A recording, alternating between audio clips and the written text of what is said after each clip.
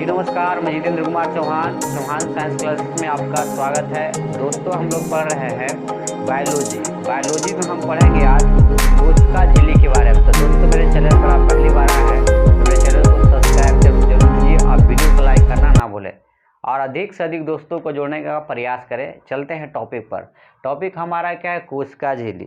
कोशिका झिल्ली क्या होता है? तो देखिए, कोशिका झिल्ली प्रत्येक जीव होते हैं, जितने भी जीव होते हैं उन सभी का सजीव लक्षण जो होता है, मतलब कैसे सजीवे, जितने भी सजीव हैं उन सभी का शरीर जो बना होता है ना, कोशिका का बना होता है।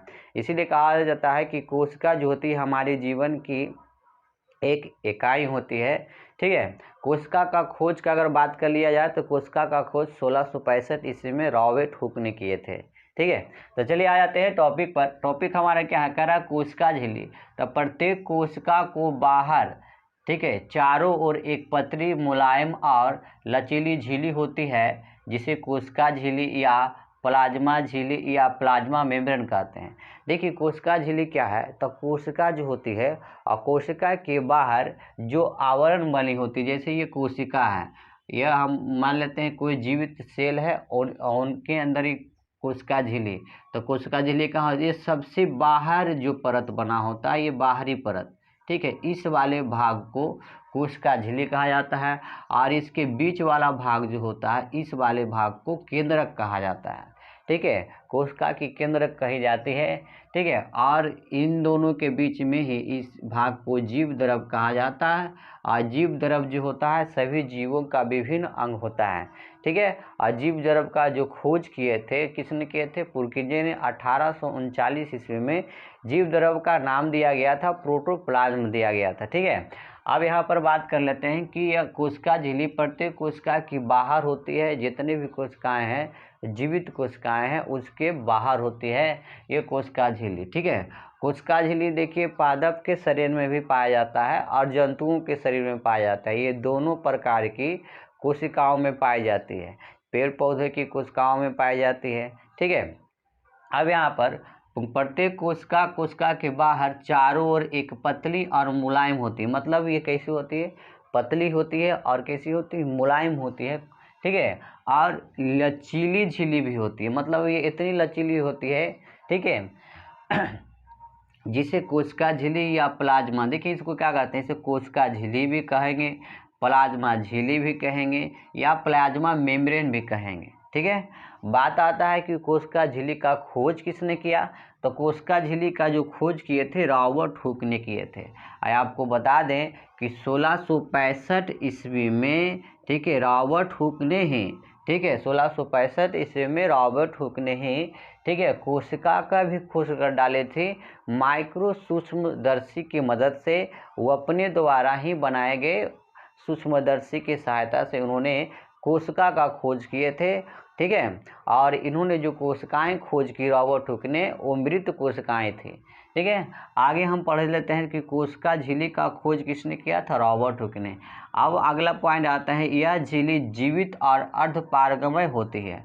देखिए, ये झिल्ली जो होती, कोशिका झिल्ली जो होती है, जीवित एवं अर्धपारगमय झिल्ली होती है। इसका अर्थ क्या है? अर्धपारगमय मतलब क्या होता है कि कुछ पदार्थ जो होते हैं, कुछ सजीव पदार्थ होते हैं जो कण होंगे, आसानी से आर पार कर जा सकते हैं। ठीक है। और कुछ ऐसे पदार्थ हैं जो आसानी से आर पार नहीं करने देंगे। कहने का मतलब अपशिष्ट पदार्थ को ये कोशिका झिल्ली ही बाहर निकालने में मदद करती है और बाकी पदार्थ मतलब कुछ ही अंश को। ठीक है।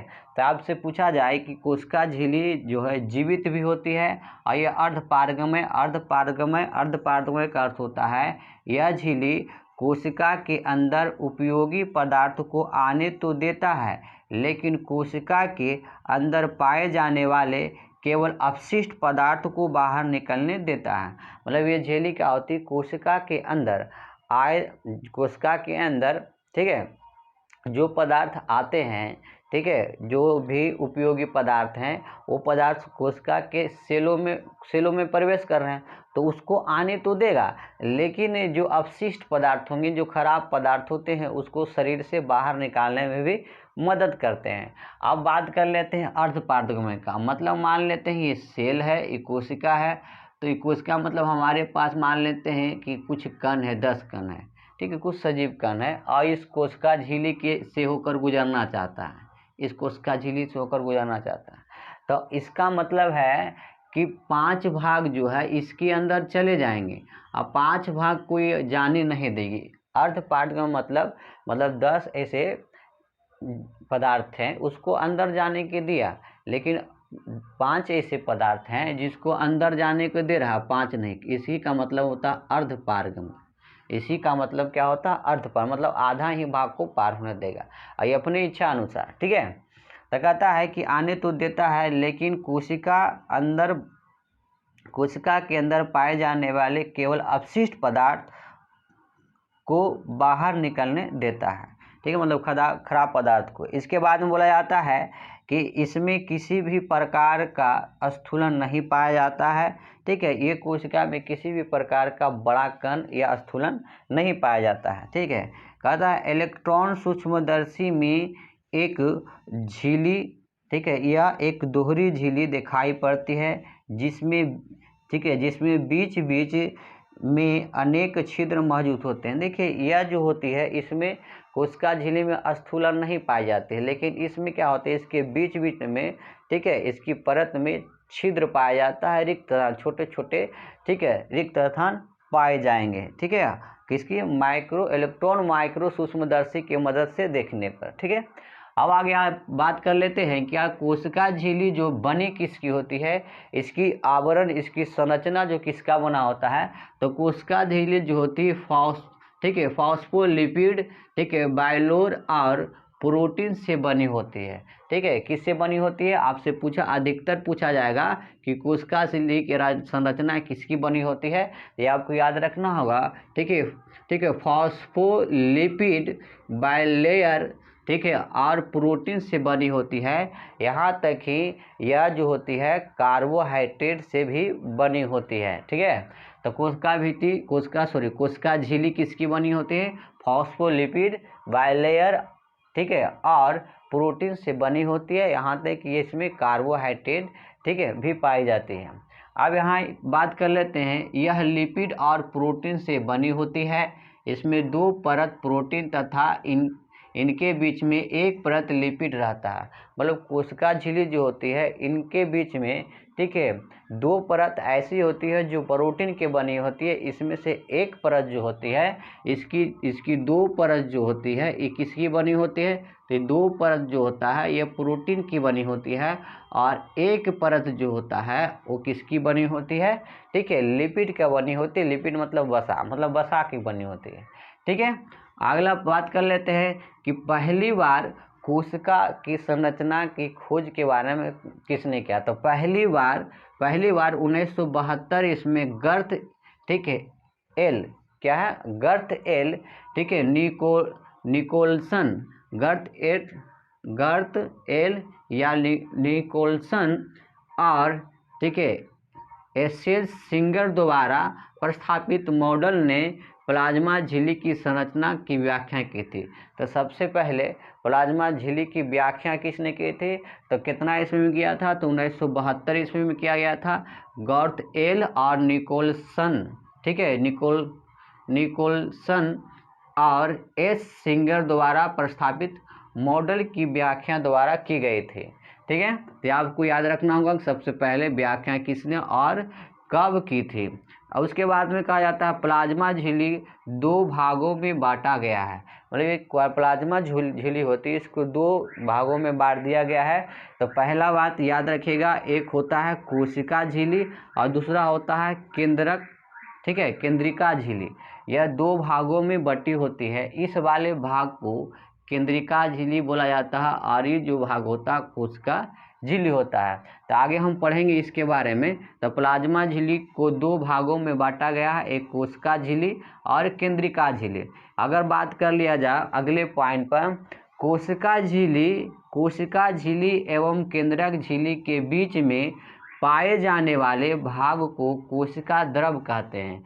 देखिए ये कोशिका झिल्ली, ये बाहरी लेयर जो होती है कोशिका झिल्ली और इसके बीच में जो भाग होता है यह केंद्रक झिल्ली, और इन दोनों के बीच में पाए जाने वाले भाग को कोशिका द्रव भी बोलते हैं। क्या बोलते हैं? कोशिका कोशिका द्रव बोला जाता है। इसको क्या बोला जाता है? कोशिका द्रव, इस वाले भाग को। और इस वाले भाग को कहा जाता है, ठीक है, केंद्रक द्रव। तो ही बोला है कोशिका झिल्ली एवं केंद्रक झिल्ली के बीच में पाए जाने वाले भाग को कोशिका द्रव कहते हैं। फिर अगला पॉइंट कर लेते हैं, केंद्रिका झिल्ली के अंदर पाए जाने वाले द्रव पदार्थ को केंद्रिका द्रव कहा जाता है। अब यहाँ बात कर लेते हैं, केंद्रिका मतलब इस केंद्रक के अंदर पाए जाने वाले जो द्रव पदार्थ होंगे वह क्या कहलाते हैं? केंद्रिका द्रव कहा जाता है। ठीक है, अगले पॉइंट में आ जाते हैं। कहता है कि प्लाज्मा झिल्ली के भीतर पाए जाने वाले द्रव को जीव द्रव कहा जाता है। प्लाज्मा झिल्ली जो हमारी प्लाज्मा मेम्ब्रेन होती है उसके अंदर जो भी वही बोला उसके भीतर में पाए जाने वाले द्रव को जीव द्रव या इसी को प्रोटोप्लाज्म कहा जाता है। तो कोशिका झिल्ली जो होती है और कोशिका झिल्ली के अंदर पाए जाने वाले यहाँ पर जो द्रव पदार्थ होंगे उस पदार्थ को जीव द्रव या इसी को प्रोटोप्लाज्म कहते हैं। और इसका जो नामकरण जो किए थे, किसने किए थे? तो पुरकिंजर ने किए थे, 1839 ईस्वी में किए थे। और बता दें कि यह सजीवों का प्रमुख अंग होता है और जितने भी सजीव होते हैं सभी में जीव द्रव क्या होते हैं? पाए जाते हैं।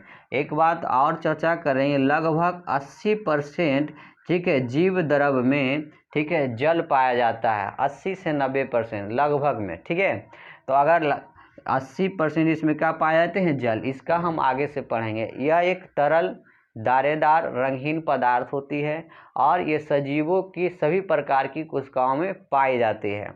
अब आगे बात कर लें, जिसे दो भागों में बांटा गया, मतलब जीव द्रव को दो भागों में बांटा गया है। एक तो कोशिका द्रव कहा जाता है जिसे साइटोप्लाज्म कहते हैं, दूसरा जो होता है केंद्रक द्रव जिसे न्यूक्लियोप्लाज्म कहते हैं।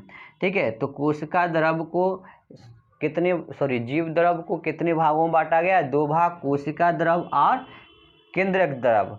अगर आगे पढ़ जाते हैं कि कोशिका झिल्ली को चयनात्मक पारगमय झिल्ली भी कहते हैं।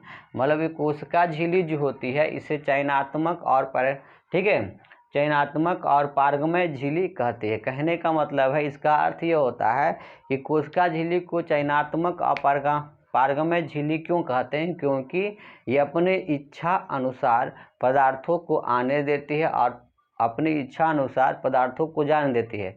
और पारगमय का मतलब कुछ पदार्थ आसानी से आ सकते हैं, कुछ पदार्थ आसानी से जा सकते हैं।